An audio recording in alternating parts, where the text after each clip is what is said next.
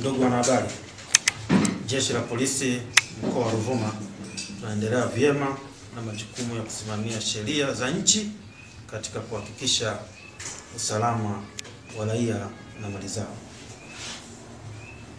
Napenda kutoa taarifa ya kukamatwa kwa mwenyekiti wa Chadema ndugu Tundu Antipas Lissu.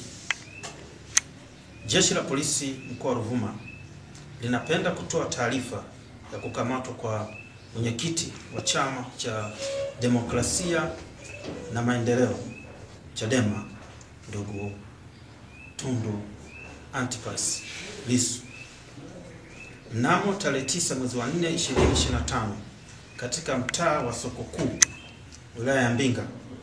Jeshi la Polisi lilimkamata mwenyekiti huyo wa Chadema kufuatia tuhuma zilizokuwa zinapelelezwa za kufanya uchochezi wa kutofanyika kwa uchaguzi mkuu wa 2025.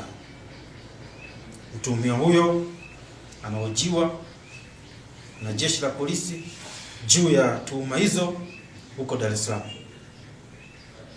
Jeshi la Polisi linatoa onyo kwa vyama vyote vya siasa kutotoa maneno ya uchochezi,